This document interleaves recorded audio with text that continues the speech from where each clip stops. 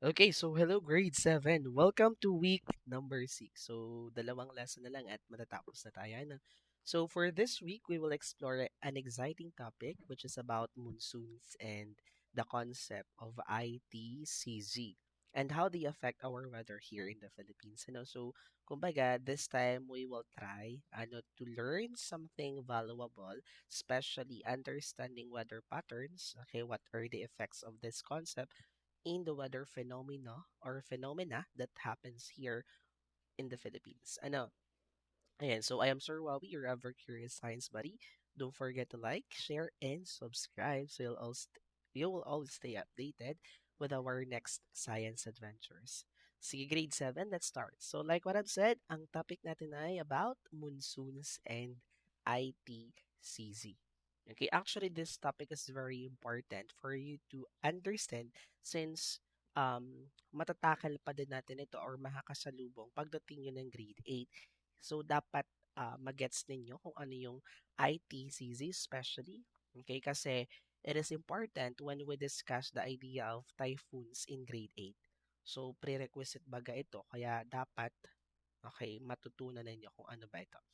Okay, so for the learning competency, explain how solar energy contributes to the occurrence of land and sea breezes, monsoons, and the intertropical convergence zone.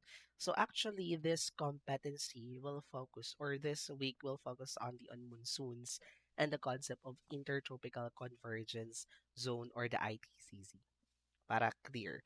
Okay, so for the learning objectives, explain the formation of clouds. We already start discussing the different types of clouds, but this time we will try, okay, to discuss how a clouds is formed. Paano ba sila nabubuo? Okay, and then the second objective is to describe the effect of the difference in temperature and pressure on the movement of air. Number three, identify and describe the effects of different monsoons in the Philippines. Different monsoons. Actually, we have two types of monsoons here in the Philippines, which is, I know you are familiar. So, in Tagalog kasi noon, nung monsoon na dalawa dito sa Philippines is yung tinatawag nating amihan and habagat. So, titingnan natin, okay, kailan ba ito nangyayari yung amihan, during amihan, or habagat? And then number four, infer the occurrence of intertropical convergence zone or the ITCZ in the Philippines. Okay, sige. So let's start review muna tayo. Of course, our review is about clouds. We already discussed somehow the different types of clouds through an illustration wherein you observe a particular illustration of the different types of clouds and then after that you answer several questions, okay, that describes that particular type of cloud depending or in connection to the illustration that you observe. Okay, so for the instructions, instruct the learners to classify the clouds from the cloud bank. Okay, so meron naman tayong pagpipilian, don't worry. Into high-level cloud, low-level cloud, mid-level cloud, or vertical cloud. So hopefully, naalala pa din natin, okay, yung altitude especially of this type of cloud. Pag sinabi na lang natin high-level cloud, those clouds that can be found at higher altitude. While low-level cloud, syempre yung mga nasa low altitude. Mid-level, syempre yung mga nasa gitna. Okay? And then pag sinabi naman nating vertical cloud is those cloud na ang form niya or yung kanyang pinaka-physical characteristics, kumbaga pataas. Okay? Merong parts siya na nasa low, mid, and high. Okay? Kaya tinawag na vertical cloud. So, what are the different types of clouds okay, belong to high level? Correct. So those are cirrus clouds, cirrus stratus, and cirrocumulus.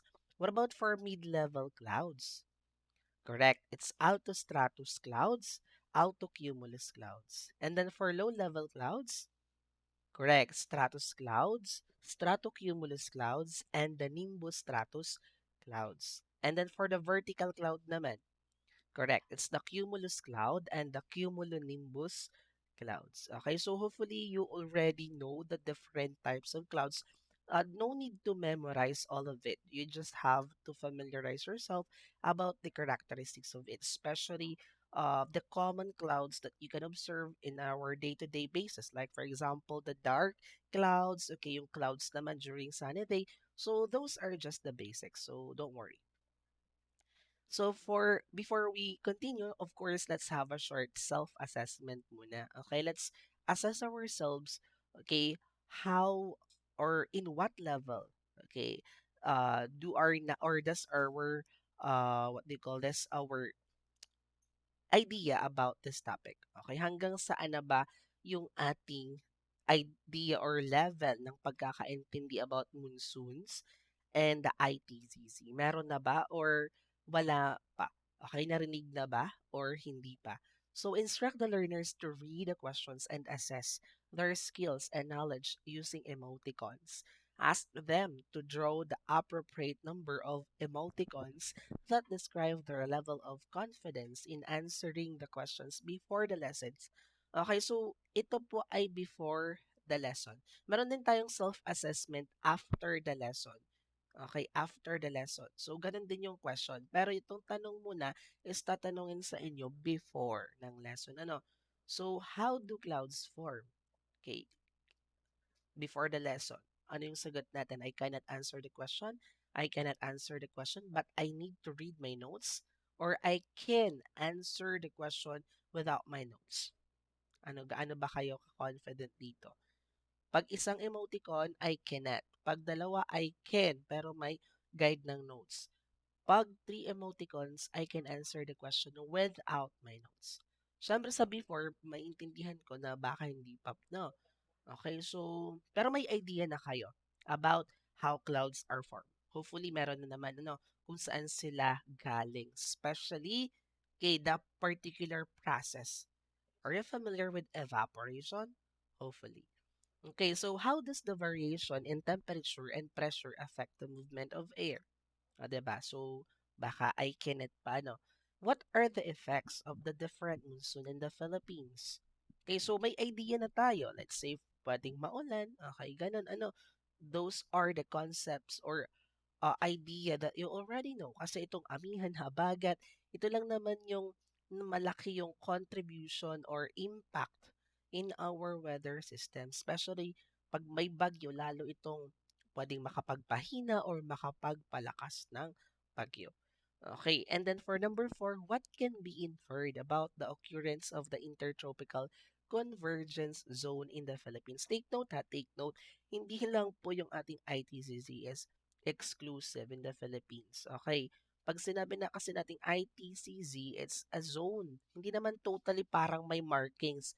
It's just like a zone, okay, in near the equator where the trade winds met.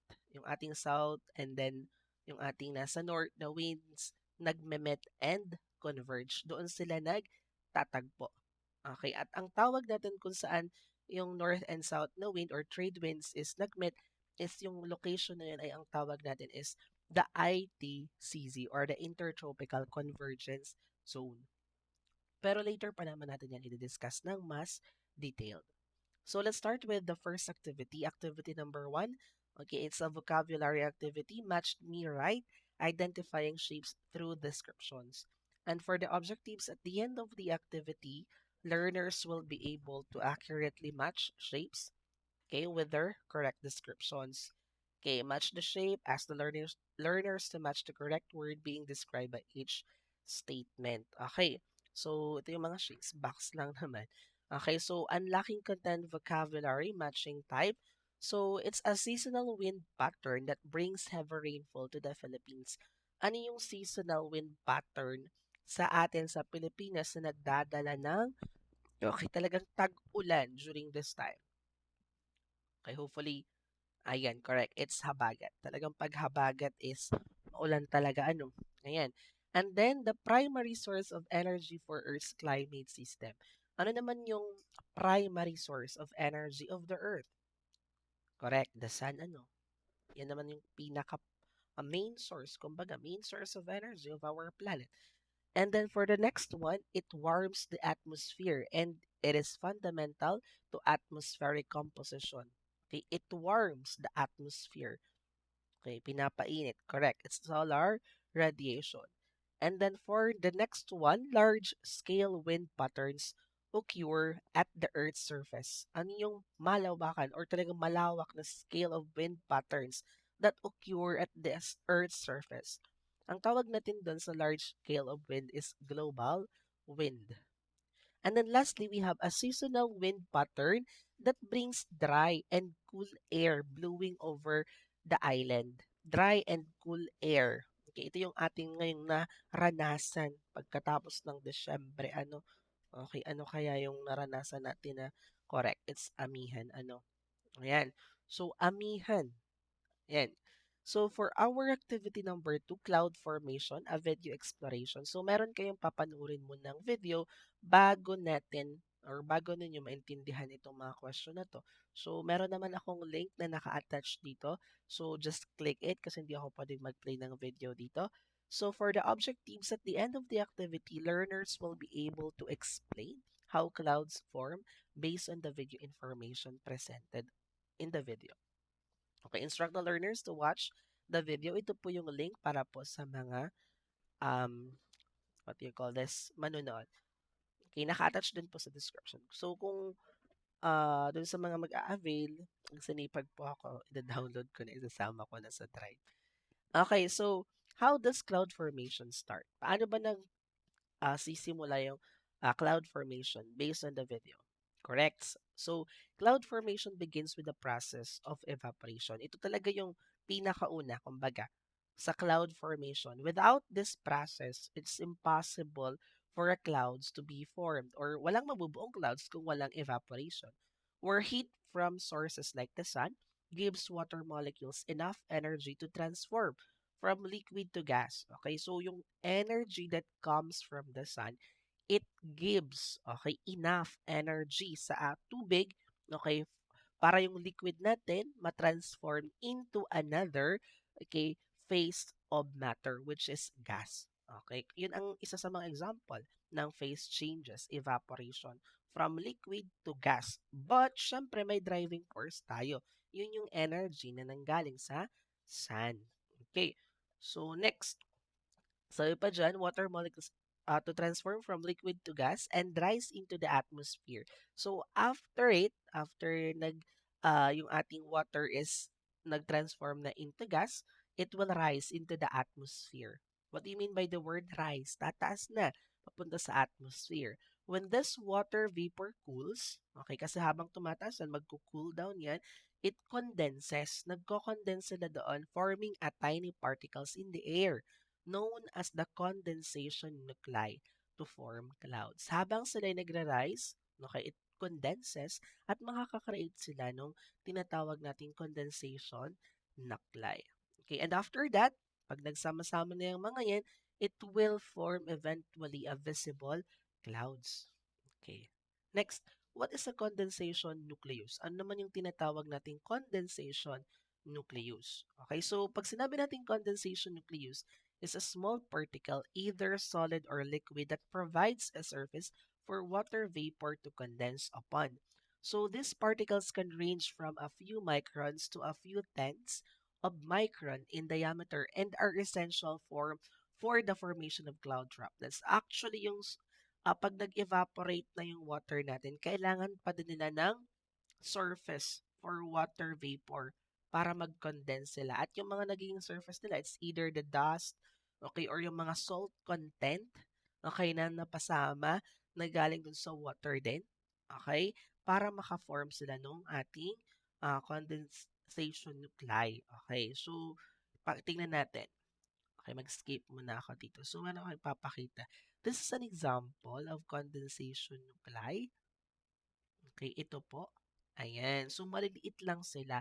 And then, pag nagsama-sama yung mga yan, is makaka-form talaga ng clouds. Pero, okay, habang sila nagsasama at gumagalaw lang, di yan, pag lalong bumigat na bumigat yan, dumami ng dumami sila, ayun na, magdadrive na yung last stage ng water cycle, which is precipitation. Babalik na ulit sila sa pagiging liquid.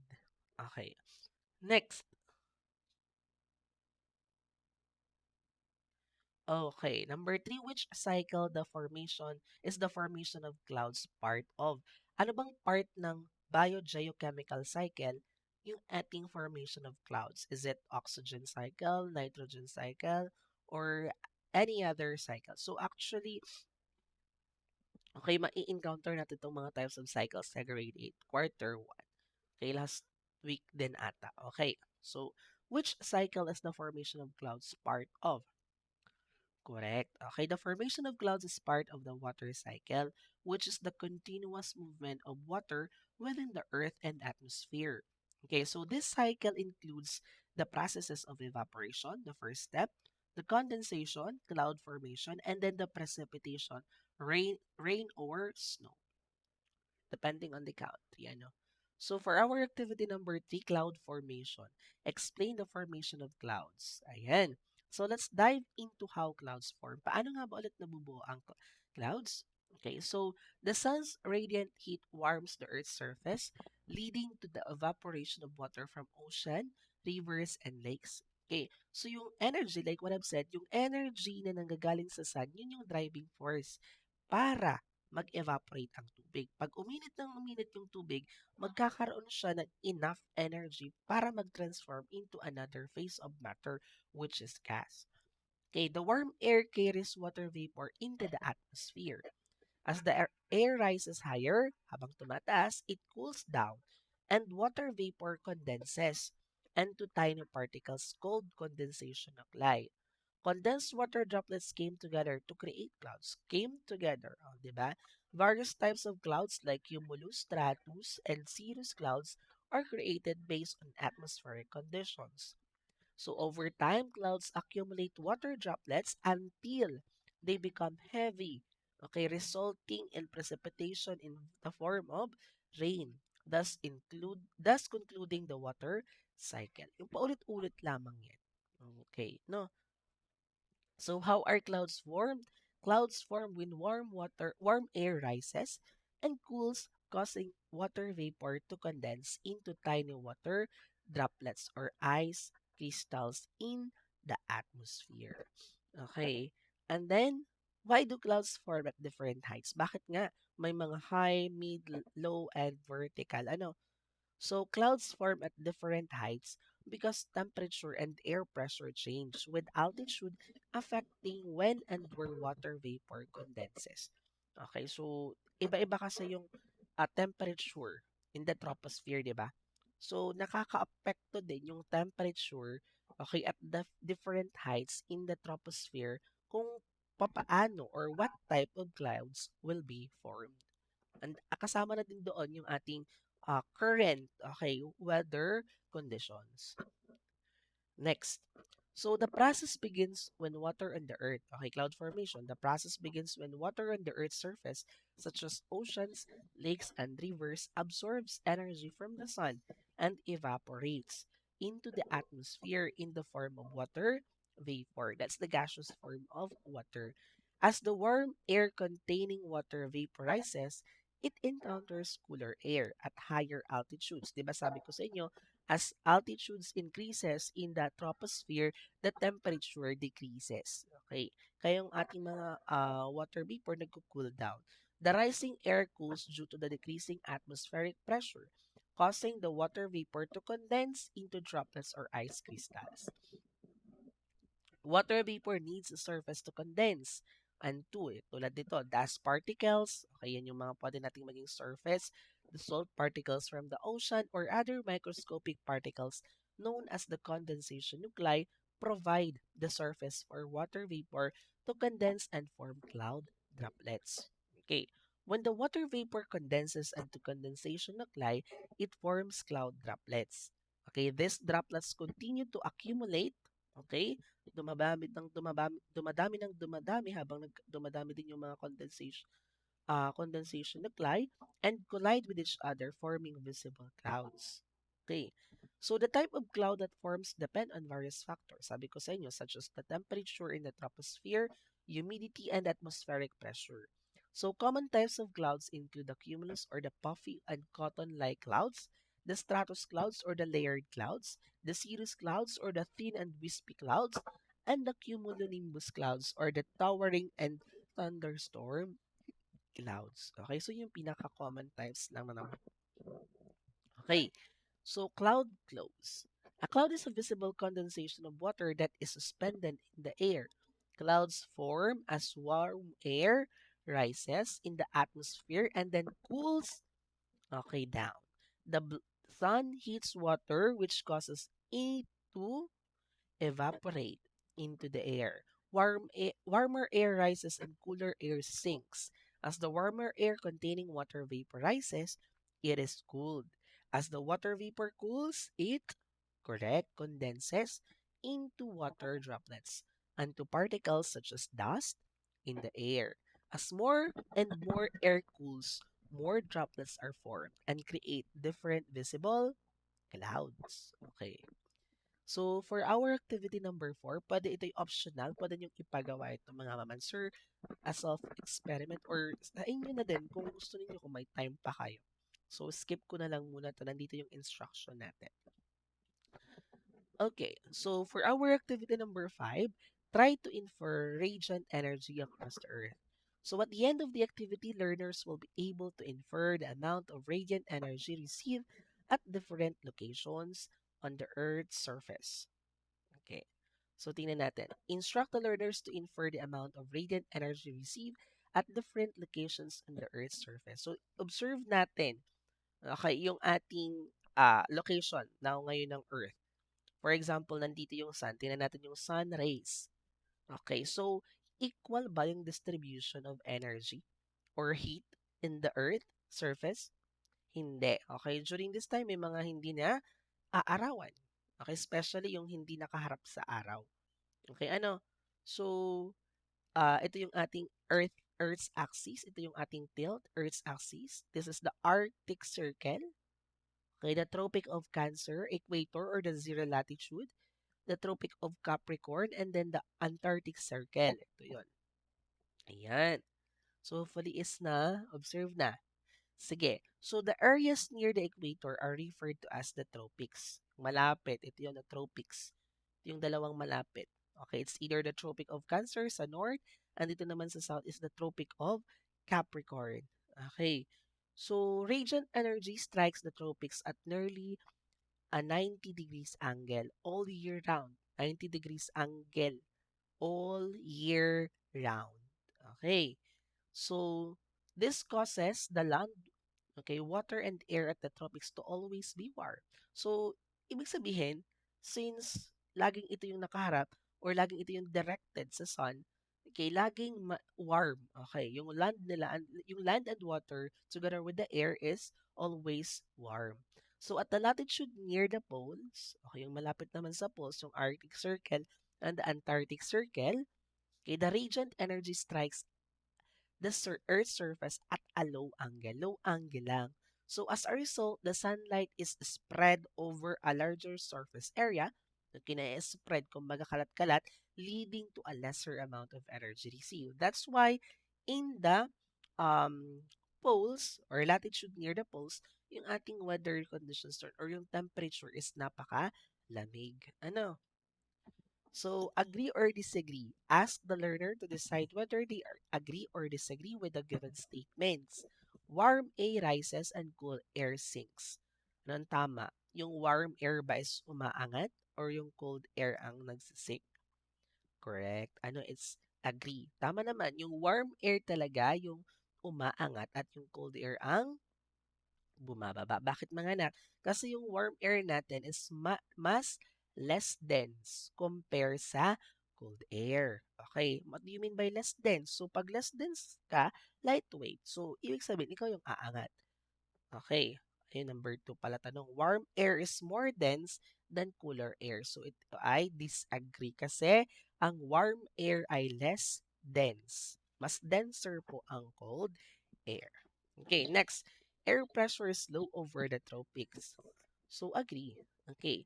Air pressure, okay, connection. Air pressure is low. Okay, air pressure is low over the tropics. Agree, 'di ba? Kaya nga lagi sa tropics, di yan na-form yung mga bagyo, yung low pressure kasi nandiyan yung low pressure area. Okay. So air pressure is high over the colder areas such as the poles. Agree pa din. high pressure. Kaya nga, tingnan mo, parang impossible makabuo talaga ng bagyo sa ating poles kasi high pressure. Okay, ay ang kailangan ay low pressure sa mga conditions para makabuo ng bagyo. Okay. So, napakalamig sa ating poles. Ay hindi rin yung condition para makabuo ng bagyo kasi ang bagyo kailangan nila ng warm water. Okay. So, next, the difference in temperature creates wind. Okay. The difference in temperature creates wind. Okay, disagree. Ano? Kasi the difference in air pressure, yun yung nagka-creates ng wind, hindi temperature. Okay, and temperature is may kinalaman sa formation ng clouds. Okay, depende kung ano yung mabubuong clouds. Okay, understanding global winds. So at the end of the activity, learners will be able to analyze illustrations and answer questions about the patterns and directions of global winds. So you have to observe this illustration. So the learners will have to analyze the illustration and answer the questions about global winds. So yung una nating tanong, what are the names of the three atmospheric cells depicted in the image and how do they contribute to Earth's weather patterns? So meron tayong diyang three names of atmospheric cells. The polar cell, the Ferrel cell, and the Hadley cell. Okay, so ano-ano ba yung mga cell na yan? So pag sinabi nating Hadley cell, or can be found at 0 degree to 30 degrees latitude, okay? So ito yung part na mainit or meron siyang warm air that rises at the equator. And it cools and sinks at 30 degrees latitude. Okay, so meron Hadley. Okay, ito yung ating Hadley cell. Sabi diyan yung warm air rises from the equator. Okay, and then yung cool air naman will, okay, sink. Okay, at 30 degrees latitude. Okay. Next, sa Ferrel cell naman natin. Okay. Air moves between the Hadley and the polar cells. Okay. Nagamagalaw yung air from Hadley and polar cell. Produces the westerlies. Ano ba yung tinatawag nating westerlies? So, pag sinabi nating westerlies, mga anak, okay, yan ay yung malalakas na hangin umiihip galing kanluran papunta dito sa south. Okay. So, saan sila matatagpuan? Yung ating westerlies. So, it can be found, okay, in between 30 degrees latitude and 60 degrees latitude or yung tinatawag nating mid-latitude. Okay, parehas siya na may westerlies. That's either in the northern or the southern hemisphere. So, bakit sila tinawag na westerlies? Kasi galing sila sa kanluran, natural, west, at umiihip papuntang silangan, east. Okay. Yun lang yung pinaka um, what you call this, explanation about westerlies. So ano ba yung effect ng westerlies sa Ferrel cell? So diyan sila yung mga nagdadala ng bagyo at weather systems. So sila din yung nakakaapekto doon sa climate ng mga counties na nasa mid-latitudes. Okay? But, syempre, tumutulong sila sa paglipat ng init mula sa tropics din papunta sa mas malamig na rehiyon. Okay, so in short, yung ating westerlies ay hangin that blow from west to east between, tatanda natin yung location, 30 degrees and 60 degrees latitude. Okay, excuse me. And then lastly, we have the polar cell. Yung polar cell naman natin is located 60 degree to 90 degrees latitude. So dito, cold air sinks at the poles. Okay, air rises again near 60 degrees. It causes cold, dry conditions in the polar region. Sobrang lamig dyan. Okay, so next question. Can you identify the wind system shown between the Horse latitudes and the intertropical convergence zone in the image? Okay, can you identify the wind system? Ano yung wind system naman dyan? Okay, correct. So, the wind system shown between the Horse latitude, ayan, tingnan natin, Horse latitudes, okay, what do you call this? 30 degrees, okay, yung ating sa Horse latitude, 30 degrees, and the ITCZ, which is considered 0 degrees. So, nandiyan po yung ating tinatawag na trade winds. So, ano ba yung trade winds? So, dito sa north, sa taas, okay, in the northern hemisphere, meron tayong tinatawag na northeast trade winds. In the southern hemisphere, dito sa baba na trade winds, meron tayong tinatawag na southeast trade winds. Okay, so these winds blow from high pressure 30 degrees toward low pressure. Okay, which is the equator. Next, so in the image, where are the high pressure and low pressure areas located and how do they affect the movement of air in the atmosphere? Okay, saan ba dyan? So yung ating low pressure area at the equator or ITZZ, nandito, ITZ sa gitna no. Okay, warm air rises. Warm air rises. Okay, around 60 degrees latitude, air rises again. Okay, high pressure area around 30 degrees latitude. Okay, horse latitudes. Okay, air sinks. Bumababa. Okay. At the poles, 90 degrees sa poles naman. At the poles, cold air sinks. Okay. Ayan. So, dito, air always moves from high pressure to low pressure, which creates global winds. Okay. Tandaan natin yung pinaka-last. Air always move from high pressure to low pressure. Okay, which creates global wind. Pero tandaan natin, ano yung air na tumataas? Okay, warm air rises. Lagi ang bumababa is yung ating cold air. Yun yung nagsisink. Excuse me. Okay, so the ITCZ. So panoorin muna natin, ipapanood natin ito sa mga bata. Okay, meron namang link din diyan. Okay, so what is an intertropical? So may encounter nyo din ito sa grade 8, yung ating tinatawag na intertropical convergence zone, which is makikita, no, not totally naman daw ito sa equator, hindi naman eksakto, near, okay, at the equator. Okay, so the intertropical convergence zone is a band of low pressure near the equator where trade winds, okay, where trade winds, okay, from both hemisphere met, causing rising air clouds and heavy rainfall. Okay, yung hangin na galing sa north, hangin na galing sa south, okay, yung point kung saan sila magtatagpo ay tinatawag nating intertropical, kaya nga convergence zone. Converge. Why isn't the ITCZ farther for north in July than January? Okay, bakit kaya ano? Ayan. So, the intertropical, okay, may sagot naman pala. The ITCZ is farther north in July than in January because during July, the northern hemisphere is tilted toward the sun. Yung ating planet is nakatilt toward the sun, causing stronger heating there, which shapes the zone of rising warm air and low pressure northward. Paano ba yan? So yung ating intertropical convergence zone, okay, it is affected, okay, because of Earth's tilted axis and changing seasons. So dito sa July, during July, okay, July ITCZ, the northern hemisphere is tilted. Nakatilt siya sa sun, nakaharap. Okay, yung ating northern hemisphere.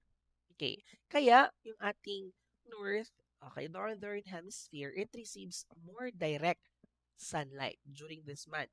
Okay, so during this month, okay, in the northern hemisphere, the land and air in the north become hotter. Ito yung naka-face pa kasi sa sun. Warm air rises during this time, nag-evaporate, creating a low pressure area. And because the ITCZ forms where warm air rises, it moves northward. Kaya during July, kita natin, okay, medyo pa-north. Okay, yung ating ITZZ. Okay, kasi yun yung nakaharap sa sun or directly toward.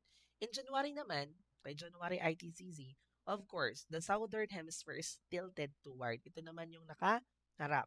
Kaya ito naman yung magiging warmer. Okay, katulad ng explanation ko, the ITCZ shifts southward. Okay, kaya ako yung ITCZ mag-shift. Okay, kumbaga, hindi naman ito sabay ha, hindi ito sabay. Kung saan yung warm area, mas malapit or mas ano yung ITZZ. Kung yung ating north is nakaharap sa sun, okay, edi yung ating ITCZ is medyo pa-north.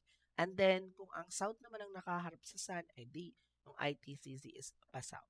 Okay, so tandaan lang natin, the ITCZ moves toward the warmer hemisphere. Kung saan yung mas warm na hemisphere, nandun yung ITCZ. So in July, the northern hemisphere is warmer. So the ICTCZ moves north. Tatandaan natin. Okay. So for activity number 7, we will just um, compare the amihan or the two types of monsoon here in the Philippines, amihan and habagat. Okay, understanding wind patterns. So meron muna tayong papanooring video about the comparison between amihan and habagat. Okay, so amihan, habagat, yun yung tawag, other term is southwest monsoon. Pag amihan naman is northeast monsoon. So during habagat, ito yung mga dala niya, warm, moist winds. Okay, nagsisimula siya sa June hanggang October. Ang amihan naman, okay, cool, dry winds, malamig to. Okay, nagsisimula siya during month of November up to April. Okay, so what is monsoon? So a monsoon is a seasonal wind system that changes direction during different times of the year. It brings significant changes in weather, especially in rainfall. Monsoons are caused by the difference in temperature between land and ocean, which creates differences in air pressure and wind movement. Okay, so yung ating monsoon, okay, ito yung seasonal wind. Meron tayong two types, so amihan nga and habagat, pero iba-iba kung saan sila galing at iba-iba din yung effect nito sa ating country, sa Philippines. Okay. So, what is the difference between habagat and amihan? So, pag habagat, tinatawag ng southwest monsoon, amihan northeast monsoon. So, nasabi ko na, habagat June to October, amihan November to April. So, ang habagat, winds come from the southwest. Galing yung hangin sa habagat sa southwest. Pag amihan naman, wind comes from the northeast, especially galing sa papataas. Okay. Sa taas. Kaya malamig. Okay, yung dalang hangin. Okay. Habagat brings warm and moist air. Amihan brings cool and dry air. Okay. So, habagat causes heavy rains and wet season, while amihan causes cooler weather and dry season. Ayan. So, tsaka natin kung ano. Southwest monsoon. Correct. Habagat. Northwest monsoon. Amihan. A cool and dry northeast wind coming from Siberia and China. Correct. It's amihan. The high pressure area is at the Australian continent and the low pressure area is at North China, Mongolia, and Siberia. Correct. It's amihan. Characterized with slight moderate rainfall and prevailing cold wind that affects east of the Philippines. Correct, amihan pa din. Occurs from October to late March. Amihan. It brings the best weather conditions. Amihan. Occurs from late June to October. Maulan to. Correct, habagat. It brings frequent rainfall and high humidity. Correct, habagat. Ayan. So, ito naman ay after the lesson na. Hindi ko napalitan to after. So, hopefully naman is masagutan na natin yung ating self-assessment. Ngayon, how do clouds form? Correct. Okay. I can answer the question without my notes. How does the variation in temperature and pressure affect the movement of air? Okay, I can answer na. Paano ba? How does the variation in temperature and pressure affect the movement of the wind? Okay, di ba sabi natin, okay, ang air natin, ang warm air, it will rise always. And cold air, it will sink. Okay, so nakaka-apekto yung ating temperature and pressure sa movement ng air. Okay. Excuse me. Yamats. Okay, okay now. Ayan. So, balikan natin. How does the variation in the temperature and pressure affect the movement of air? Okay, so temperature affects air movements. Tingnan natin. When air is hot, it becomes lighter. Siyempre, kaya nga naging less than and it rises. Sabi ko naman sa inyo, when the air is cold, it becomes heavier. That's why it sinks. Okay, so warm air goes up, cold air goes down. Okay, so yun lang sa temperature. Next, what are the effects of different monsoons in the Philippines? Ay na. Okay, 'di ba? Pag habagat, maulan. Okay, pag amihan, malamig, pero it brings the best weather conditions. Okay. Ano? So what can be inferred about the occurrence of the intertropical convergence zone in the Philippines? Okay, so of course, yung ating intertropical convergence zone, okay, it helps. Okay, it is a zone, 'di ba, where the north north trade winds and the south trade winds met and converge. During this time, meron tayong tinatawag ditong high, yung ating evaporation mataas. Okay, warm air rises during this time and it forms a band of clouds and thunderstorms. Yung ating ITCZ is it drives. Okay, one of the conditions where typhoon is formed. Ano? So, hopefully, ready na tayo sa formative assessment. So, we encircle the letter of the best answer. What factors determine the type of cloud that forms during cloud formation? Correct. Ano? Temperature and humidity. Which of the following best describe the process of cloud formation? Correct. Warm air rises and cools, causing water vapor to condense. Okay, what is the role of condensation nuclei in the cloud formation? Correct. It's letter D. It provides a surface for water vapor to condense into. What is the role of Coriolis effect in the global wind patterns? Actually, hindi ko na-discuss yung Coriolis effect. Ano, yung tinatawag nating Coriolis effect. Ano ba yung Coriolis effect? Okay, di ba? Because the Earth moves, nagro-rotate ang Earth, nagre-revolve. Okay, yung wind natin, na imbis straight yung travel, is nagiging parang, okay, pababa or parang hindi ko na wala akong maipakita picture. Hindi straight yung travel no air. Okay, yun yung nagiging effect ng Coriolis effect. At yun din yung nagiging reason kung bakit yung typhoon natin ay nag-spin or umiikot. Okay, so ano bang sagot dito? It's letter D. It deflects wind to the right in the northern hemisphere and to the left in the southern hemisphere. Which global wind pattern blows between 30 degrees and 60 degrees latitude in both hemisphere? Sinabi ko na. Correct, it's westerlies. What weather conditions are typically associated with the ITCZ? Okay, heavy rainfall and thunderstorms. Okay, how does the ITCZ contribute to global weather patterns? Ayan, influencing movement of trade winds and monsoons. How does Habagat affect the weather system of the Philippines? Correct. It brings frequent heavy rainfall. Will weather patterns exist in the Earth's surface receives the same amount of energy in all areas? Okay, it's letter C. No, because there will be no rising air particles and this will not create differences in air pressure, which is true about cold air. Correct, cold air sinks. In which direction does the wind blow in different parts of the world?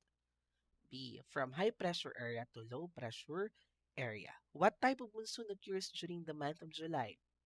Correct. It's letter D. Ano, southwest monsoon. Okay, how does southwest monsoon affect the climate of the region? Correct. By bringing heavy rainfall. Where are monsoons commonly experienced? Okay, it's letter C. In tropical and subtropical regions. Okay. What weather conditions are associated with amihan? Correct. It's letter D. Cold temperature and clear skies. Okay. So we are done on this week. Hopefully you learned something today. Thank you so much.